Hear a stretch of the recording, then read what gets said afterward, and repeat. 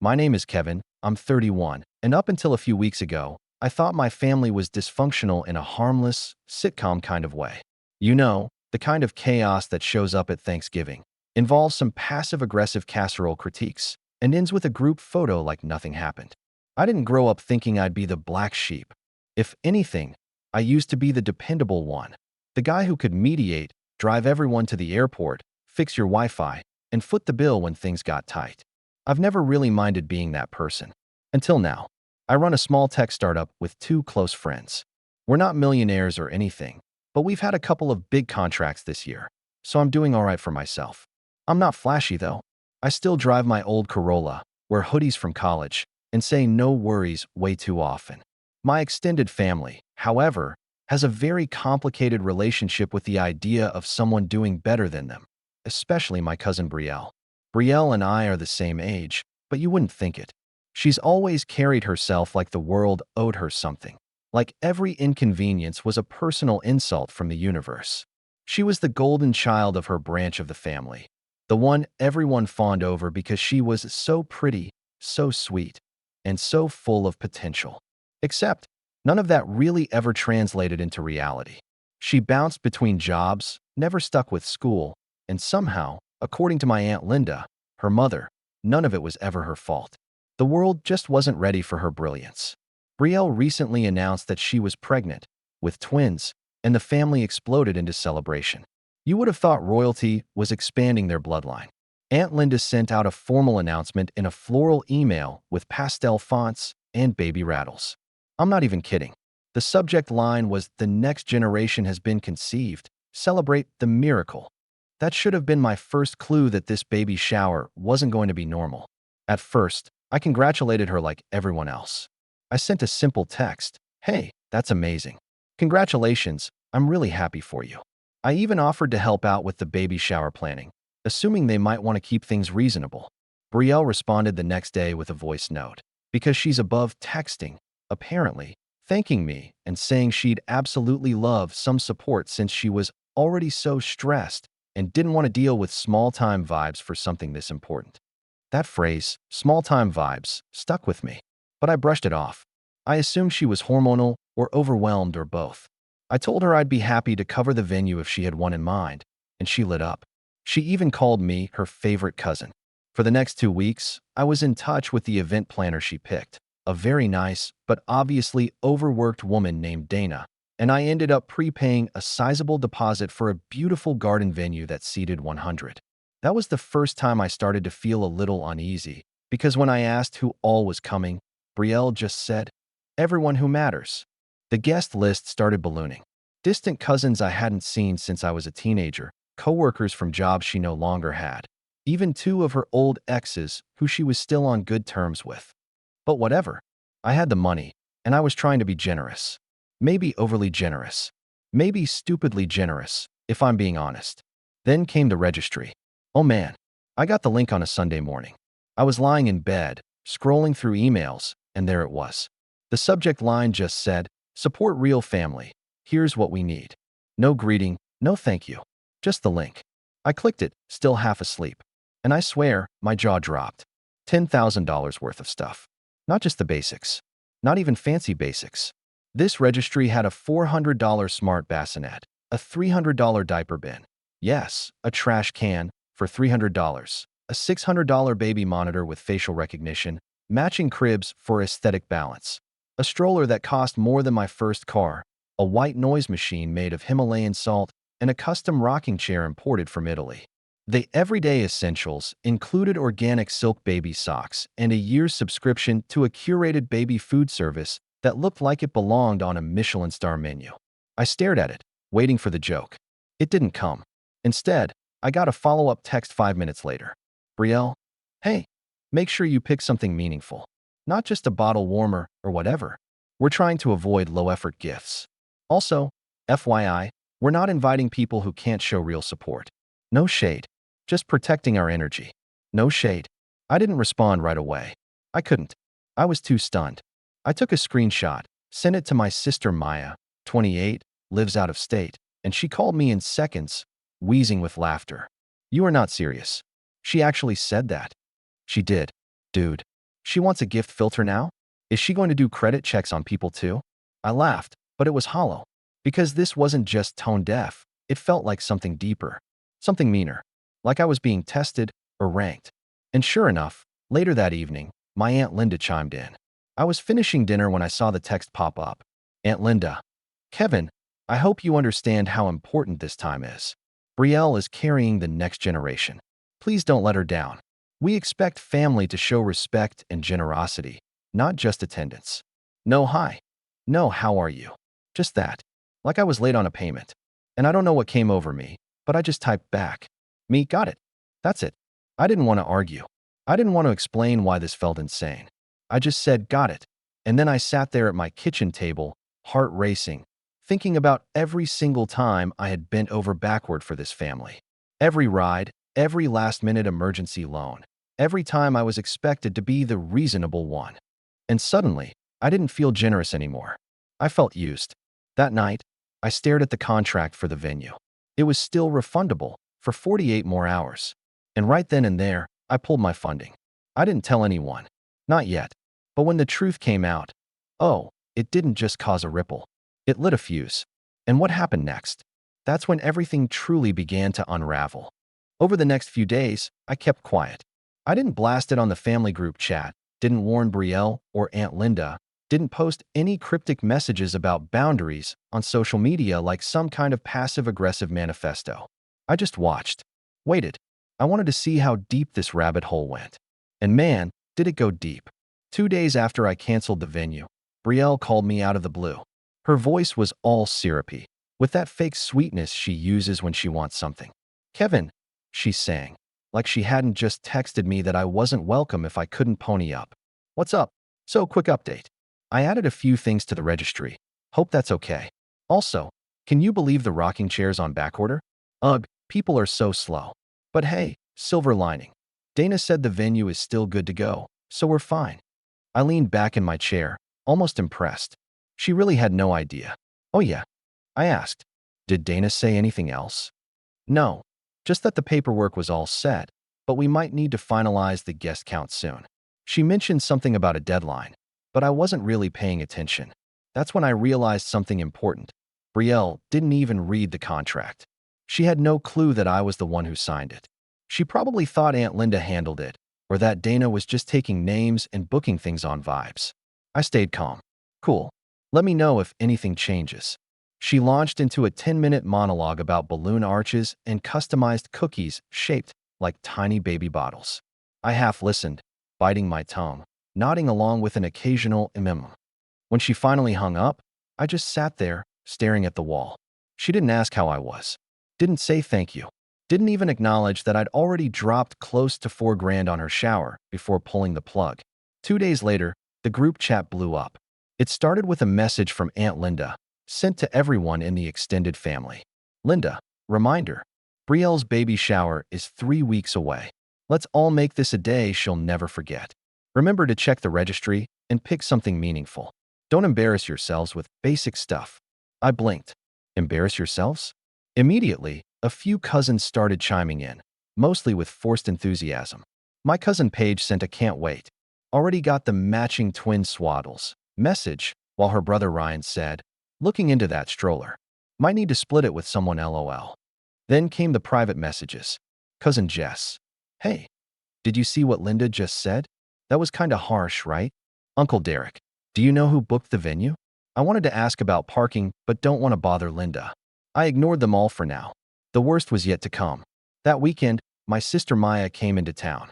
She had already been side-eyeing this whole baby shower situation from afar, but she wanted to see it firsthand. We met up at a coffee shop near my apartment.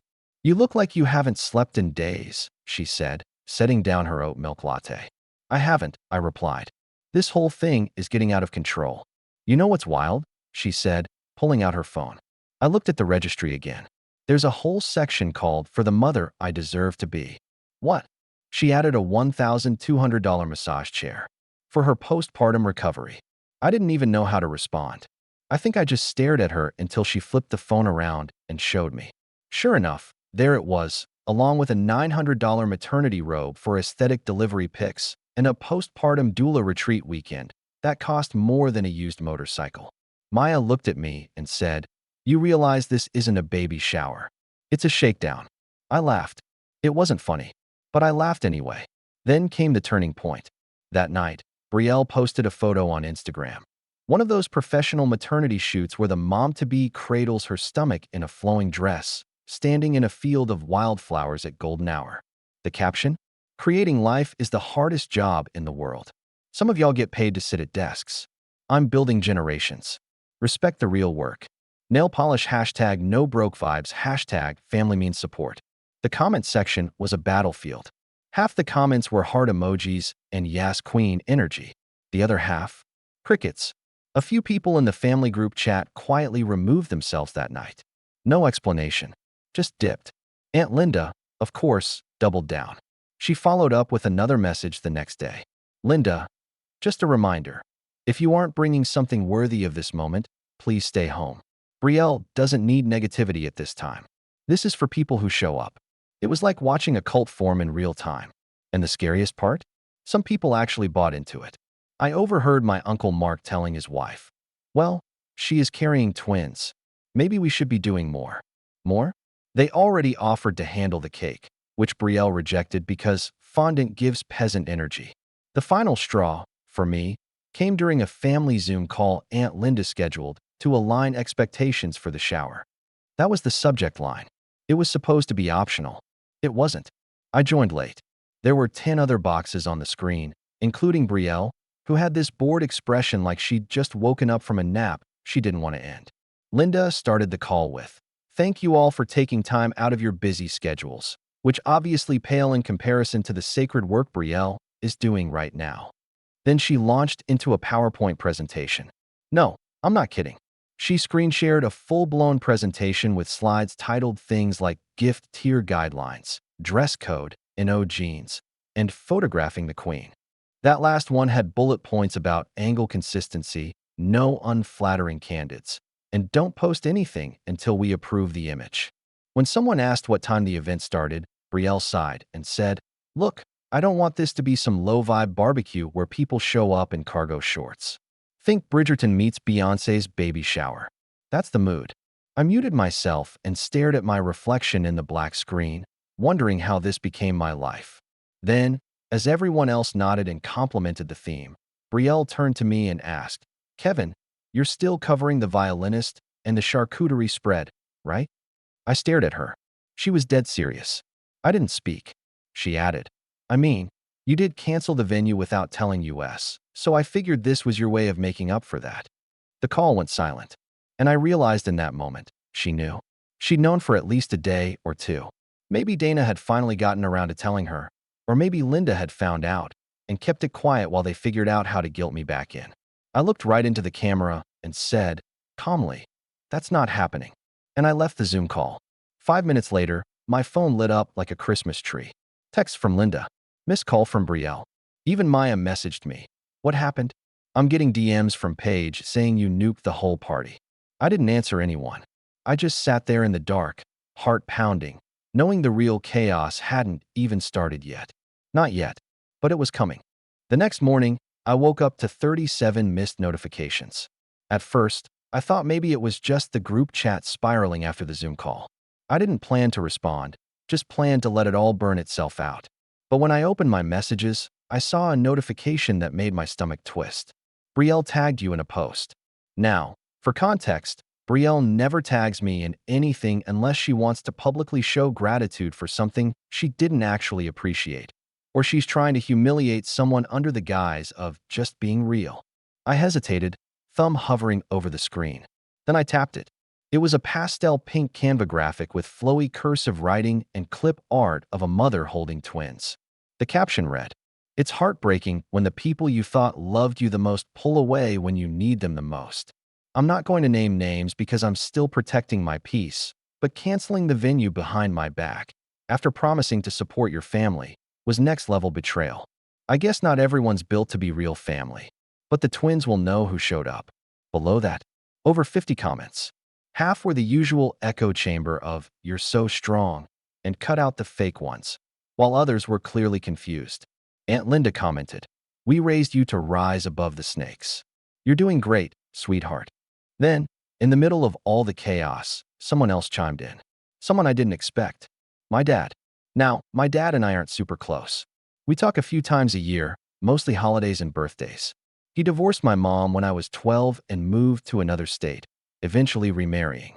We never had a big falling out. We just drifted. So when I saw his comment, it hit me harder than I expected.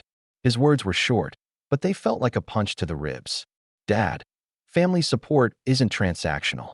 Hope he realizes that before it's too late. Before I could even process what he meant, I got a private message from Maya. Maya, Dad reached out to Brielle. Said he wants to help cover the venue. Said you embarrassed the family. I stared at the screen for a long time. Embarrassed the family? I hadn't even told him I canceled the venue. So how did he know? Brielle must have called him. Or worse, Linda. They'd looped him in. They'd weaponized my own father and painted me as some kind of villain who pulled the rug out from under them for no reason. The betrayal wasn't just public now. It was personal. And it was spreading. By noon, I got a call from my cousin Paige. I almost didn't answer. But curiosity got the better of me. "Kev, hey," she said, her voice careful. "Too careful. What's up? I wanted to check in. A lot's going on, and I think there's been a misunderstanding." "Oh, which part?" I asked. The part where I was guilt-tripped into funding a luxury shower? Or the part where I was publicly blasted for not doing enough? She sighed. "Look, I'm not defending how Brielle handled it. But people are saying you ghosted her after making promises." "I didn't promise." I snapped, sharper than I meant. I paid. I planned, and I got treated like a wallet. And when I decided enough was enough, suddenly I'm the villain. There was a pause. Then she said something that twisted the knife deeper. "Honestly, I think she expected you to fund the whole thing. You know, because you've got startup money now." It was like someone slapped me. "That's not how this works," I said quietly. "That's not how family works." "I know," she said. "But to them, you're not Kevin the cousin anymore. You're Kevin the rich one. And rich people aren't allowed to say no." That night, things got worse. Aunt Linda called me directly. I stared at the screen for a full minute before picking up. I shouldn't have, but I did. "Kevin," she said, without even a greeting, "we need to talk." "Do we?" "You hurt my daughter. Deeply. I don't know what's gotten into you lately, but this isn't the Kevin I know." "No," I said. "It's the Kevin you expect. The Kevin who pays, fixes, shows up, and gets nothing but entitlement in return." She went quiet. Then she said, in that venom-laced voice I remembered from when I was a kid and accidentally broke her vase at a holiday party, "You're acting like a child. If your mother were still around, she'd be ashamed of how you're treating your cousin." And there it was. The line she knew would cut deepest. My mom passed away 5 years ago. Cancer. She was the glue that held a lot of our family together. And Aunt Linda knew exactly what she was doing by invoking her name like that. I didn't say a word. I just hung up. But my hands were shaking. I felt like I was standing on a cliff watching the whole family turn their backs, one by one.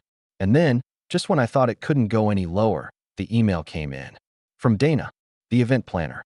Subject: venue cancellation, confirmed by client. It was forwarded to Brielle. Brielle had responded. And she CC'd everyone. Uncles, aunts, cousins, even people I hadn't spoken to since high school. Her message? "Hello everyone. It has come to my attention that the venue for my baby shower was canceled without any notice, and the planner was informed by Kevin himself. This is a devastating blow to what should have been a beautiful day for the twins. I am beyond hurt. I hope this shows everyone who's truly there for our family, and who's more interested in control and attention. I won't be speaking about this further. If you support me, I'll see you at the new location. If not, I'll remember who stayed silent." Brielle, that last line, "I'll remember who stayed silent," wasn't just a dig. It was a threat. By the time I finished reading it, my phone buzzed again. This time it was Maya. "Maya, Kev, you need to hear this. I just found out where the new venue is. And who paid for it. You're not going to believe it." And just like that, I knew. They didn't just turn their backs on me. They replaced me. And it was someone I never thought would take their side. But I didn't know the half of it yet. Because what they did next, that's when everything truly shattered. Maya didn't text. She called. Her voice was tight, like she was trying not to say something too fast or too loud. The way you talk when you're afraid your own reaction might set fire to the situation. "They moved it," she said. "The baby shower. It's not just some backyard backup plan or a church hall or whatever I assumed.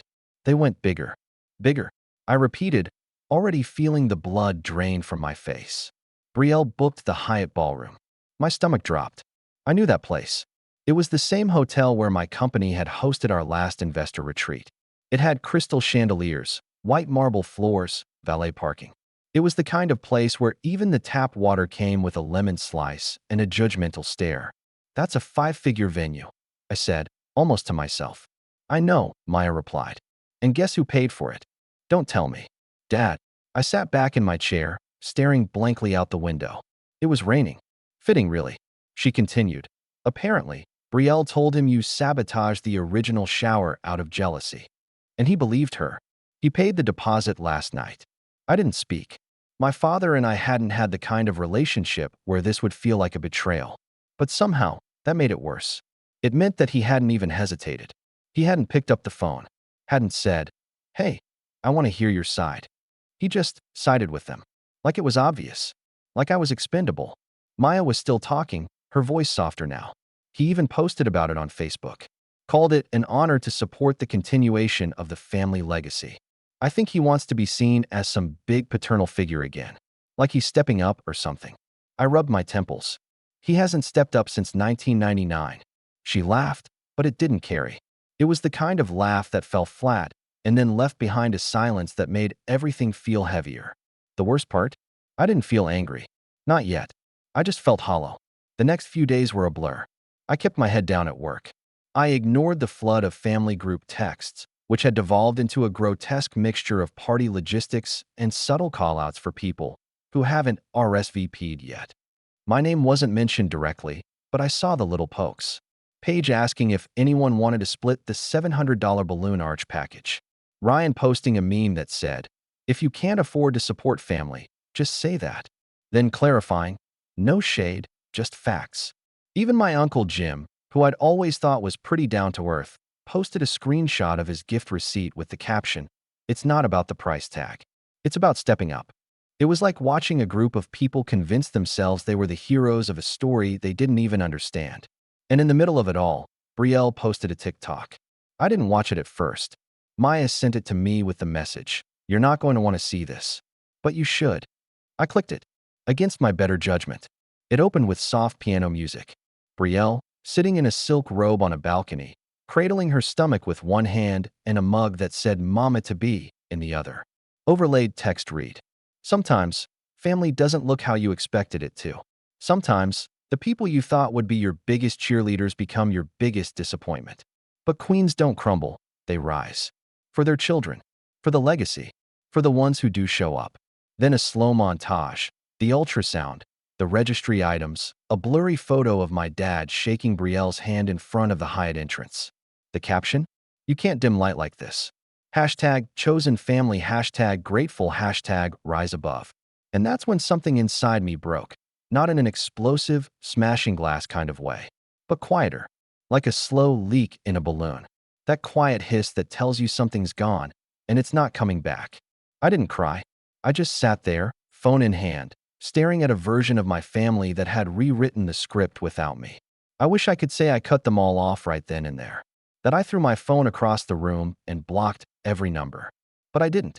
Instead, I took a long walk. No destination. No headphones. Just me, the rain, and the city that didn't care who was or wasn't coming to Brielle's baby shower. I ended up at a little bookstore near my apartment. The kind with creaky floors and handwritten signs. I used to go there with my mom when I was a kid. She loved the smell of old pages, said it reminded her that every story has layers.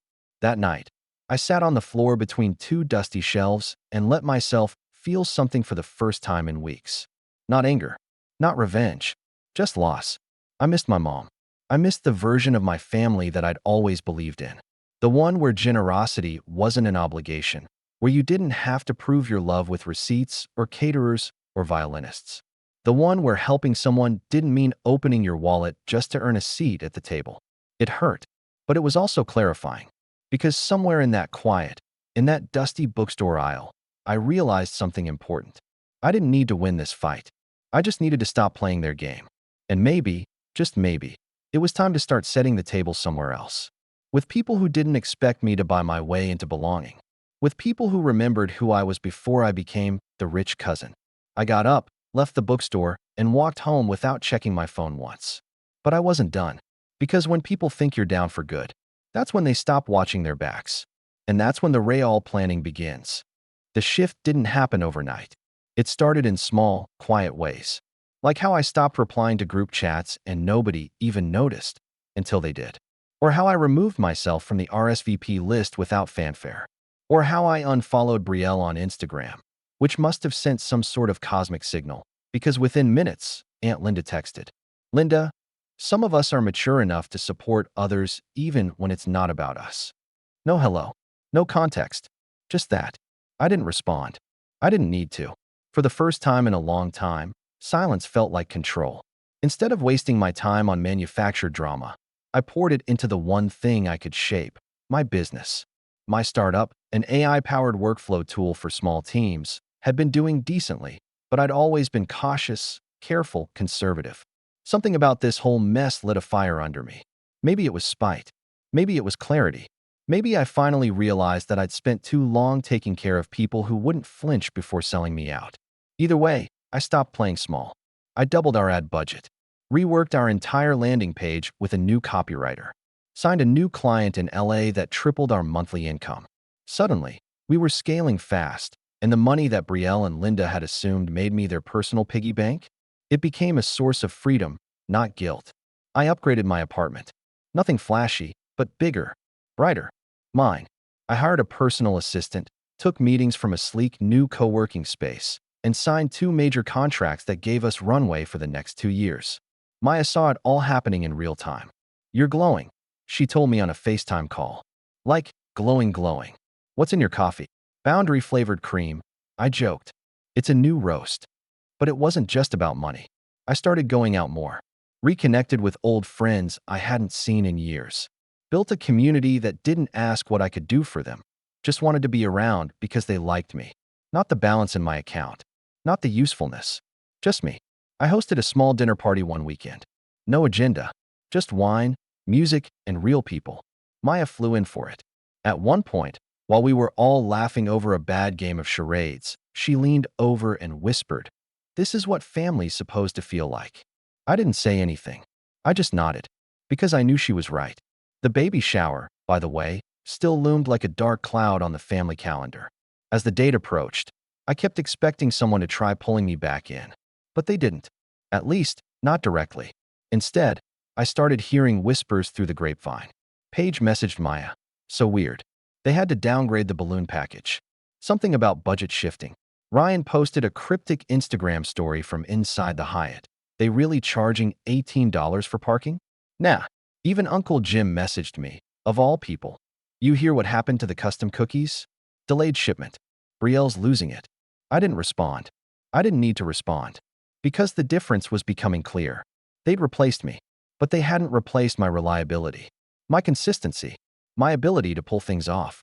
They thought they could just slap another wallet on the guest list and expect the same results. But my father, who had paid the deposit, didn't understand logistics, timelines, or event planning. Brielle didn't believe in follow-through. And Linda? She was too busy micromanaging the floral arrangements to notice the cracks forming underneath it all. The best part? I didn't even have to do anything. I didn't sabotage, didn't spread rumors, didn't warn people. I just left. And that absence? It echoed louder than anything I could have said. But success has a way of attracting attention, even from people who once turned their backs. One night, a week before the shower, I got a DM from Brielle. I almost didn't open it, but curiosity got the better of me. "Brielle, hey, I've been thinking. I know things got messy, but maybe you want to come by after all. Not to bring anything, just to show support. It would mean a lot for the twins to have you there. I know we've had our differences, but we're still family." No apology, no acknowledgement of what she'd done. Just a vague olive branch extended at the last minute. Probably after something had gone wrong behind the scenes and she needed me back in the mix to stabilize it. I stared at the message for a long time. My hand hovered over the keyboard. And then I closed the app, because I didn't need to perform support anymore. They weren't my priority. They never were. The next morning, I woke up, stretched, brewed a perfect cup of coffee, and sat down to plan something far more interesting than a baby shower. A surprise campaign. A little public launch party for our startup's newest product. A productivity suite we'd been building quietly behind the scenes.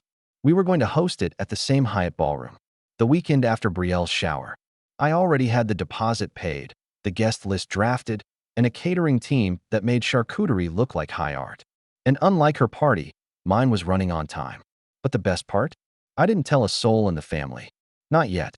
Because sometimes, silence isn't just peace. It's power. And soon, they'd hear about it. One way or another. 3 days before Brielle's baby shower, Maya called me with a voice that danced between disbelief and pure mischief. "You're not going to believe what just landed in my inbox," she said. I was at my co-working space, sipping a Cordidu, midway through coordinating a pitch deck for a potential investor in Berlin. "Tell me," I said, already smiling. "An email from Aunt Linda, CC'd to me and a bunch of people in the family. Uncle Jim, cousin Rachel, even Grandma. Subject line, urgent assistance request for shower day flow." I blinked. "Wait, what kind of assistance?" "Oh, Kev. It's good," she said, and I could practically hear the smirk over the phone. "Apparently there are. Day of logistics gaps. The venue said they don't have a coordinator available for that day. And now Linda's scrambling to patch it together. She's asking if any of the younger cousins with experience would be willing to help manage the flow of guests, setup, and vendor communication." I almost choked on my coffee. "You mean, they forgot to hire a day of coordinator?" Maya confirmed. "They assumed the hotel staff would handle it all. But the Hyatt doesn't include that unless you pay extra." Which, I'm guessing they didn't. I leaned back in my chair and stared at the ceiling, letting that information wash over me like a warm bath.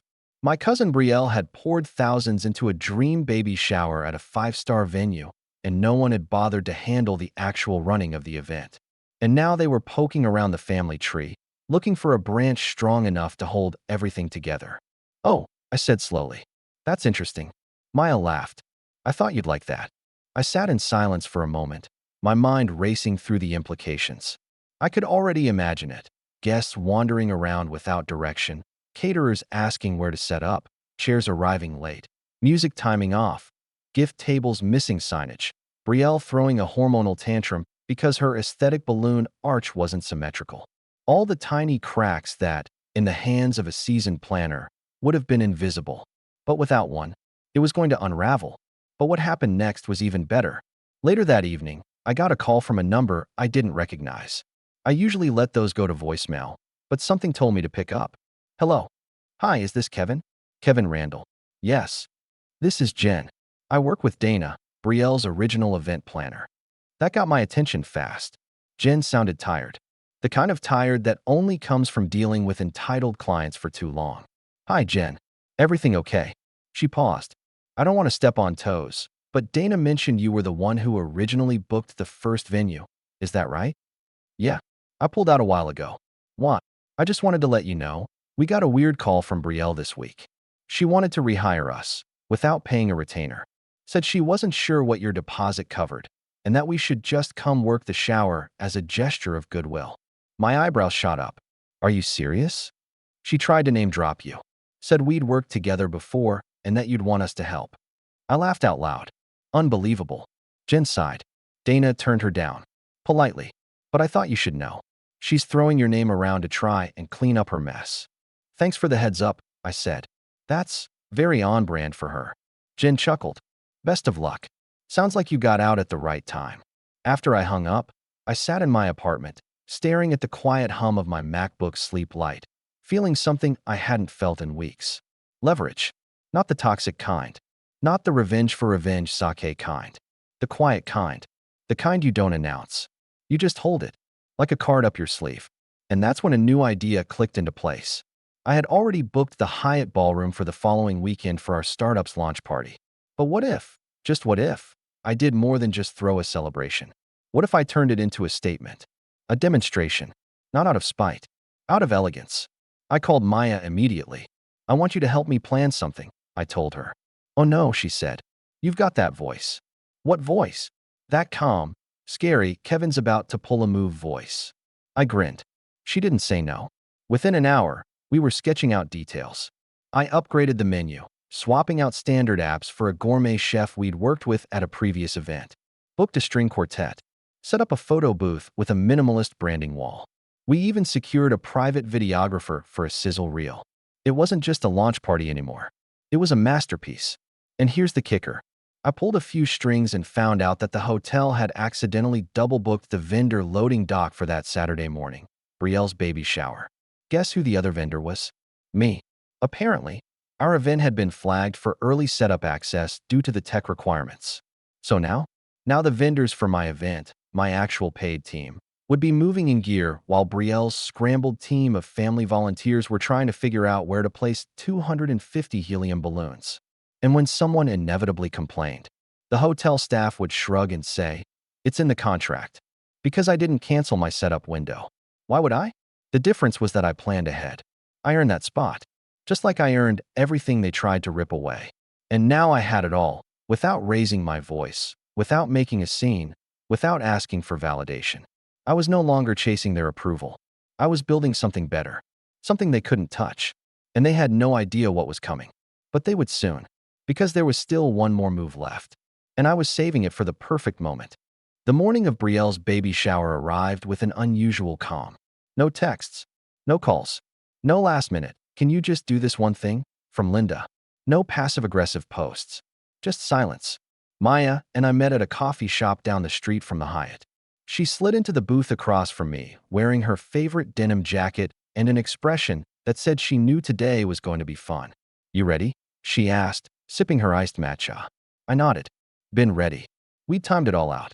Every delivery, every email confirmation, every little silent domino placed in the right spot. Our team was scheduled to arrive for early load-in at 10:30 a.m. sharp, 4 hours before Brielle's party was set to begin. According to the Hyatt's policies, that meant we had the primary access rights to the loading dock and the adjoining side hallway until 1 p.m. Brielle's team had planned to arrive at 11, right in our window. I'd made sure everything was professionally coordinated. No chaos, no unnecessary conflict. My vendors had matching polos, name badges, clear floor plans, and, most importantly, timestamp contracts. We finished our drinks and headed over. As we approached the Hyatt, the quiet buzz of event prep was already underway. Our tech crew was wheeling in gear, lights, branded banners, sound systems, and a few display panels with our software demo stations. The catering staff had begun setting up inside the ballroom, rolling linen-covered carts stacked with elegant serving trays and glassware. And then, at exactly 11:06 a.m., the van pulled up. Bright pink decals, a giant stork graphic, and the words, "Brielle's Baby Bash." Two young guys jumped out with balloons tangled around their arms and confused looks on their faces. Behind them came a U-Haul driven by Uncle Jim, with folding tables strapped to the roof and Aunt Linda barking directions through the passenger side window. I stayed out of sight. Maya, of course, couldn't help herself. She walked casually across the lobby, slow and deliberate, giving me a subtle wave. I could almost hear the grin in her voice when she called me minutes later. "Mission status. Visual on target," she whispered. "Chaos blooming." "Over." I smiled. Described the scene. Balloon guy just asked a bellhop where to unload. Bellhop pointed to the loading dock. Guy walks back to the van, tries to reverse, and here comes Hyatt staff. Right on cue. Maya watched from the second-floor balcony as the Hyatt's event coordinator, a sharply dressed woman named Vanessa, whom I'd already met and briefed, approached Aunt Linda and explained, calmly, politely, professionally, that the loading dock was currently reserved.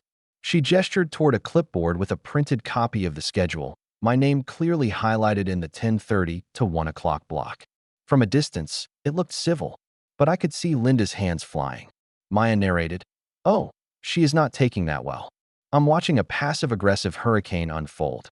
Aunt Linda just said, and I quote, "We are birthing the next generation, and he gets priority because of a PowerPoint presentation." I had to stifle a laugh. Vanessa's holding the line. She's not budging. Honestly, queen behavior.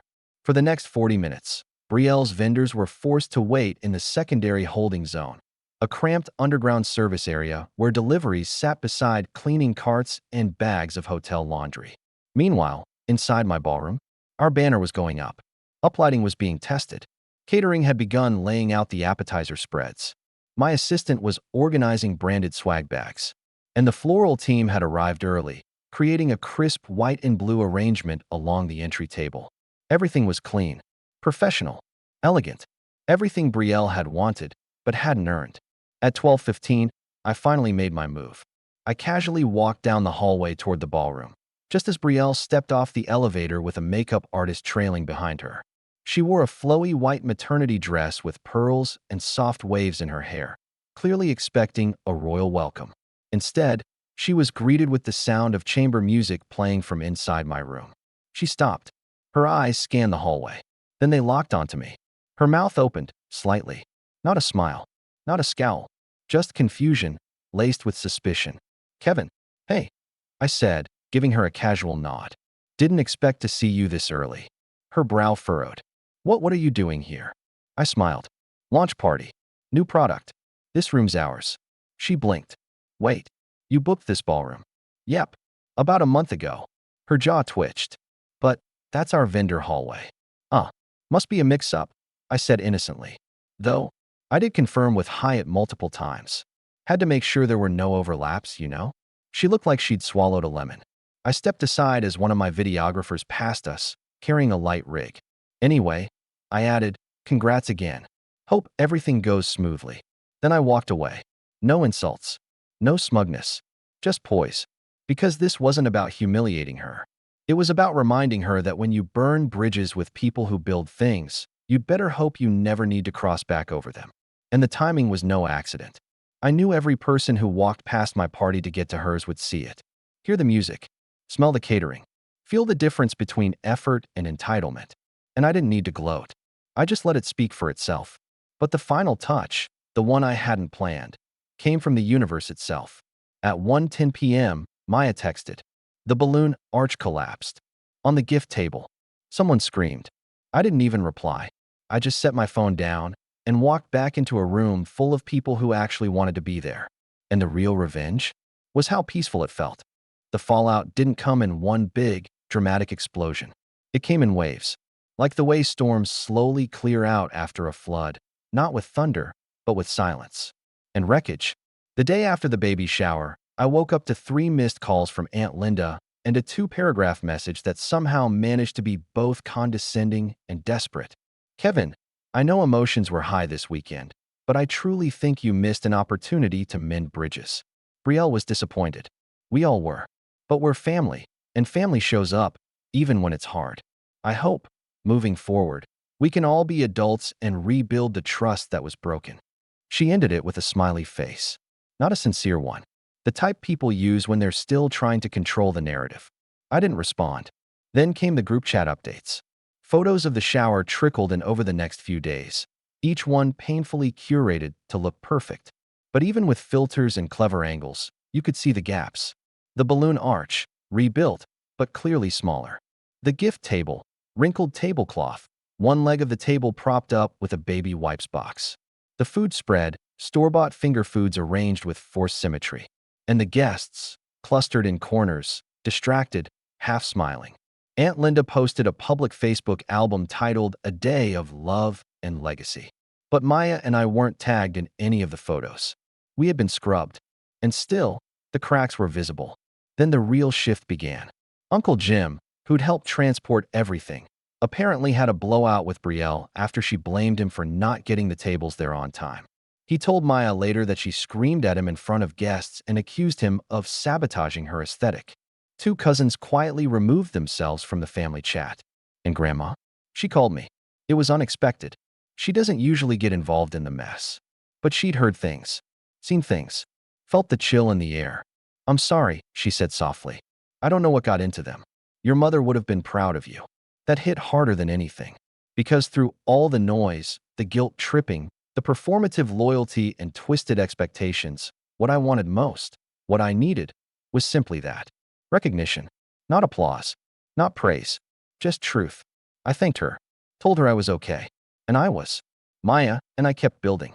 The launch party from that weekend went viral in a small startup circle. And a video clip of one of our speakers, set against the backdrop of that same ballroom. ended up featured in a tech newsletter that boosted our site traffic by 400%. We closed a partnership deal the following week, and 2 new investors joined the cap table. But I didn't flaunt any of it. I didn't need to. Because while Brielle and Aunt Linda spent weeks chasing compliments, resharing filtered shower photos, and trying to polish the memory of what went wrong, I was out there living, choosing who deserved my energy, who got my presence, who earned a seat at my table. Months passed, and slowly, the messages stopped coming. First from Linda, then from Brielle, then from the cousins who had picked a side without ever asking for the full story. And I was okay with that, because some losses aren't really losses. They're clarity. The last time I saw Brielle in person was at another family gathering months later, a baby naming ceremony for a distant cousin. She walked in late, hair perfect, dress flawless, twins in matching white outfits. She didn't look at me, didn't wave, didn't nod, but I saw her glance over, just once. And in that brief moment, I saw it. She knew. She knew I'd stepped away from her game.